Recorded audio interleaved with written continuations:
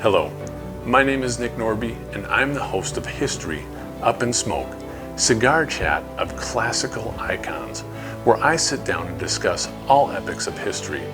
In this particular installment, I'm going to be talking about and discussing one of history's greatest military tacticians, Alexander the Great. But before we talk about Alexander, let's grab a cigar.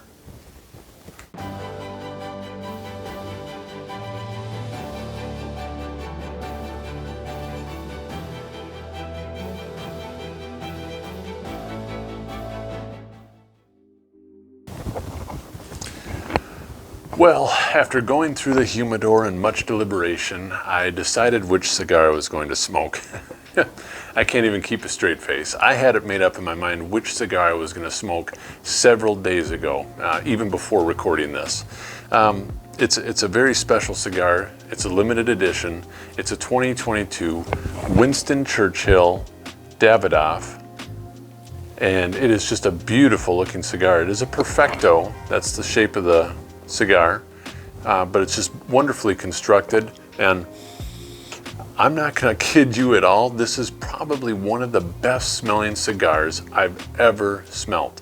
It has a very distinct cocoa bean, coffee, floral note to it. It smells really, really good, and I can't wait to light this up and get smoking because we actually have a lot to talk about. But first, a little bit more about this cigar. Like I said, it's a limited edition. There's about 12,000 boxes of it being distributed worldwide.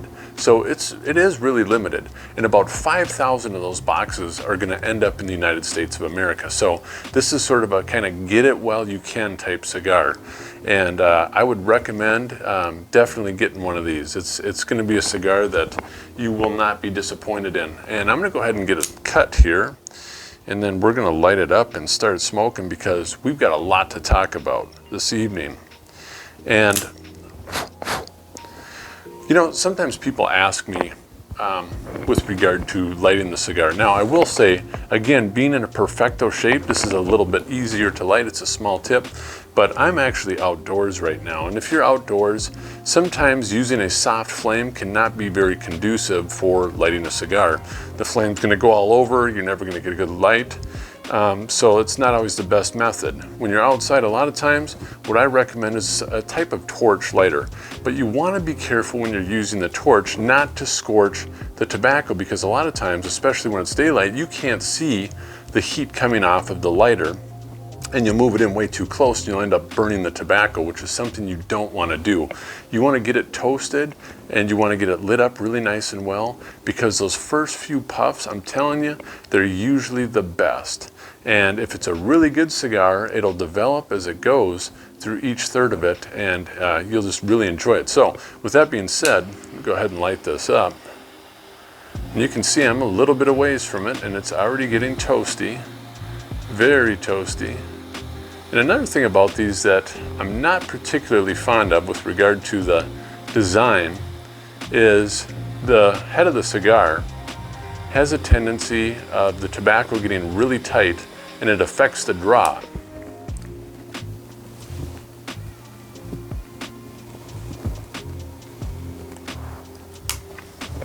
I rest my case. The draw is wonderful. Very, very good draw off of the cigar. But like I said, sometimes the tendency is this can get packed so tight that it really affects the draw, and that can just make an unpleasant experience when you're smoking a cigar, especially at $34 a stick. You get a box of 10 of these and you're paying about $340 plus tax. So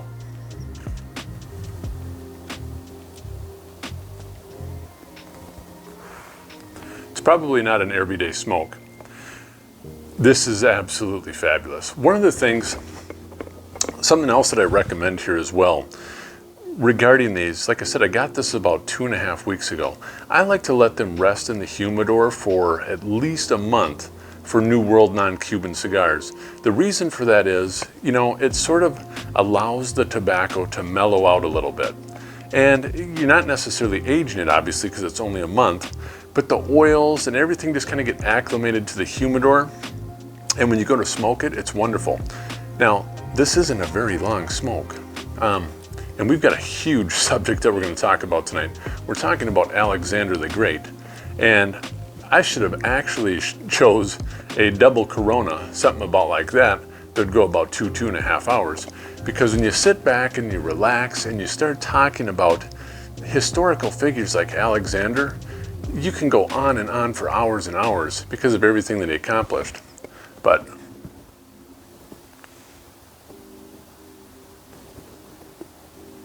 oh, what a wonderful finish.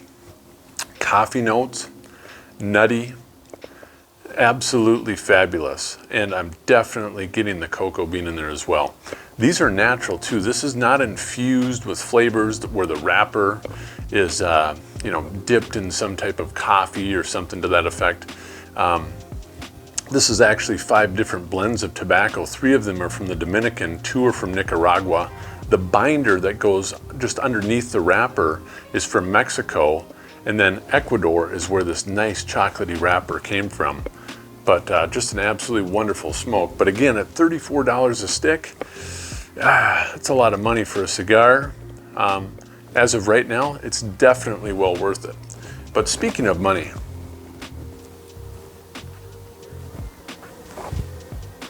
I wanted to talk some history.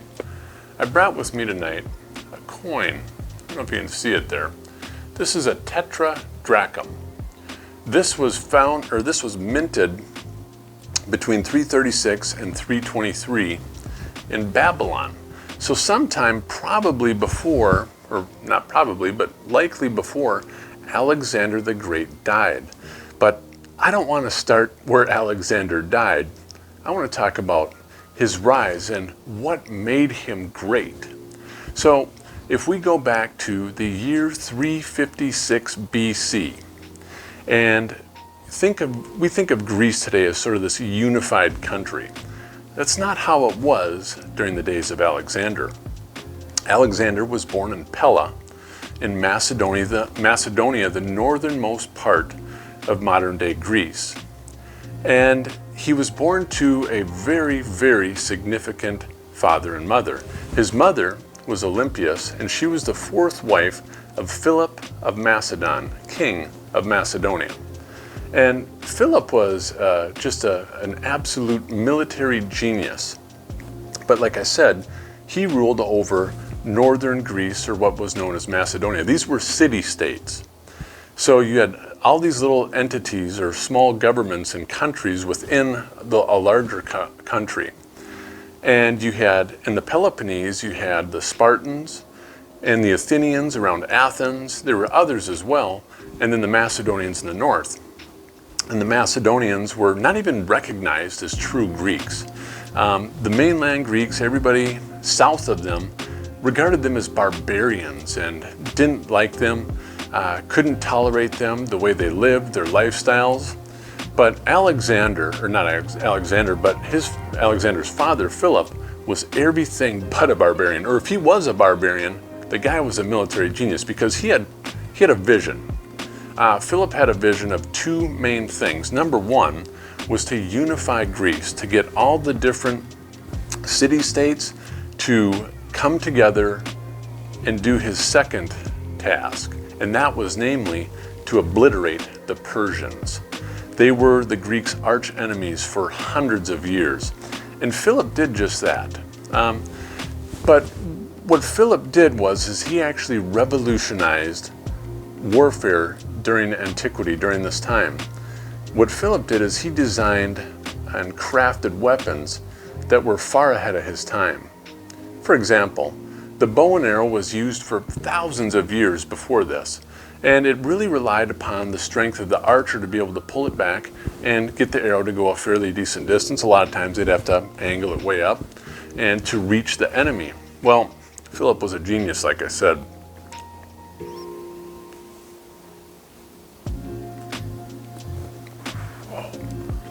That's really good. I'm not trying to digress here, but this cigar is fabulous. Anyways, Philip invented a number of things. One of them was what we would call in modern days the crossbow. Yeah, the crossbow, except he called it the gastrophetes. And what it simply allowed for was the archer to use both arms to pull back the weapon and launch the arrow way further than a normal archer could do it.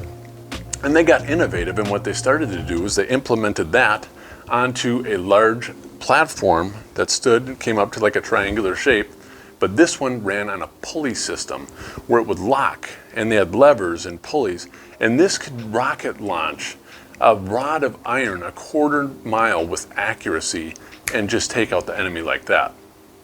But even beyond that, perhaps his greatest military genius was enhancing the Greek phalanx. Now, the phalanx had been used for quite some time by the Greeks. It was a rectangle that they marched in the center of battles, and it was hundreds of men with shields. They were known as hoplites, shields, swords, and they would march forward and just bulldoze the enemy. Philip made the phalanx virtually impregnable. He invented what is known as the sarissa. It's an 18-foot long rod with a pike on the end of it. Now, think of it like this. If you're fighting somebody much smaller than you, and you stick your arm out and it's like a child, you can hold them back really easily defensively. Well, that's what this allowed them to do, was hold the enemy at bay. And they could just, like I said, they became virtually impregnable with that. So during all this time, Alexander is growing into a relatively smart young man. He's schooled by none other than Aristotle, one of the greatest Greek philosophers of all time. He's taught botany, science, mathematics, philosophy, you name it. Everything under the sun, Alexander is learning. And of course, as he ages, his father is teaching him modern warfare. And Alexander is really being molded into something special. Not only did he have that in his back pocket, but he was also handsome, charismatic, charming, well-built, and people absolutely loved him. So Alexander was really a force to be reckoned with. So Philip ended up being able to get the Greek army unified. And when he did that, it was a great accomplishment. Sadly, shortly after, Philip, in the midst of a parade celebrating their victories, was murdered. An individual jumped out from the crowd and stabbed him several times to his death. Now, the recently unified Greece was without a king.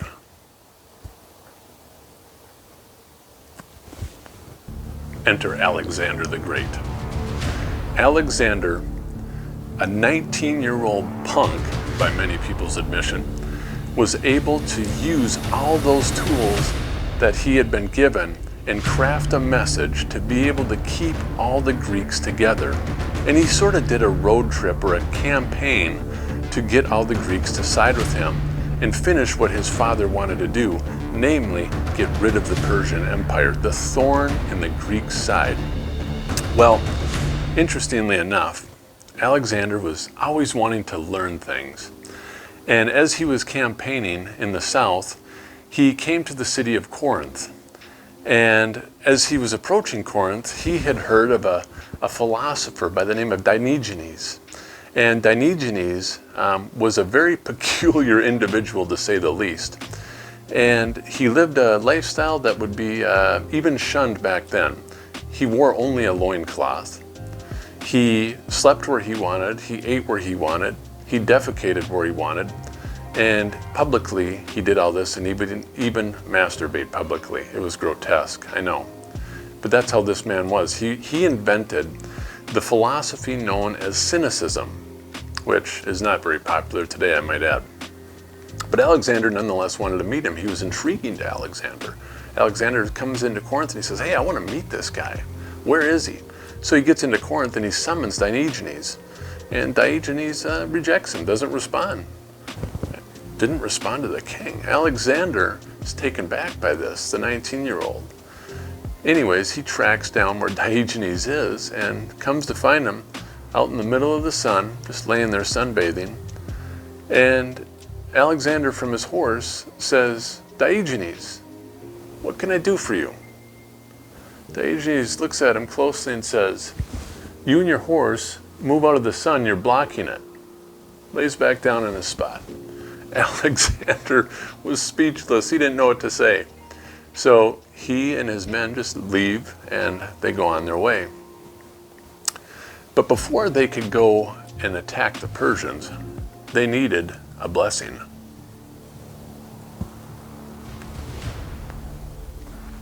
They needed the blessing of the gods. In this case, as they were going back north, Alexander knew that his men wouldn't fight unless they had the blessing of the gods. So he needed to go see the oracle at Delphi and visit the Pythia, or the priestess, so she could prophesy and tell Alexander, basically giving them the gods' blessings to attack the Persians. Well, Alexander and his men arrive in Delphi about mid-November. The problem was the Pythia only prophesied from mid-November, she didn't prophesy from mid-November to mid-February. Apparently Apollo wasn't taking any requests at the time, or he was resting, something to that effect. And Alexander and his men are a few days late. Alexander says, hey, look, we're about to go into battle. I need your blessing, and if I don't have this, my men won't fight. Well, the priestess politely says, come back later. Alexander begins to beg, asking for the priestess' blessing. He's denied. Finally, he goes to the door of the temple. The guards are standing there, and he says, I need to see the Pythia. I need her to prophesy for me. They said, go home, come back mid-February, and then you can see the priestess. In a fit of rage, Alexander bursts through the doors, finds the priestess, grabs her by the hair, yanks her out of the temple, and says, prophesy. And she does. She says, Alexander, you will be invincible. Alexander smiles. This is what he wanted to hear. A 19-year-old, this is what he wanted to hear. He thanks the priestess, tells his soldiers, and they're on their way to Persia. Now, I want to enjoy a little bit more of this cigar. I'm going to get through about the first third, and when I come back, we're going to pick up where we left off, and I want to talk about Alexander's first true test as a military leader and see how he does.